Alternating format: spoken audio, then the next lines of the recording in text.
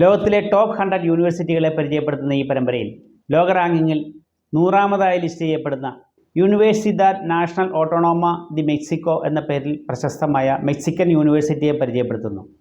1910 സ്ഥാപിതമായ ഈ university Latin അമേരിക്കയിലെ ഏറ്റവും പ്രശസ്തമായ സർവകലാശാലകളിലൊന്നാണ്. വിപുലമായ അക്കാദമിക് നിലവാരവും ലോകപ്രശസ്ത കോഴ്സുകളും കൊണ്ട് പ്രശസ്തമാണ്.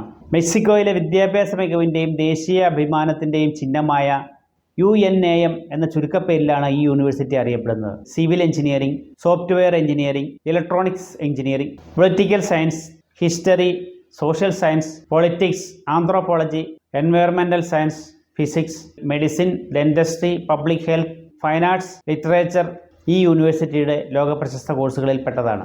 നോബൽ സമ്മാന ജേതാവായ ഒക്ടോവിയോ പാസ്, ടെലികമ്മ്യൂണിക്കേഷൻ ശൃംഖലയുടെ തലവനുമായ കാർലോസ് സ്ലിം എന്നിവർ ഈ യൂണിവേഴ്സിറ്റിയുടെ പൂർവ്വ വിദ്യാർത്ഥികൾ പ്രമുഖരാണ്.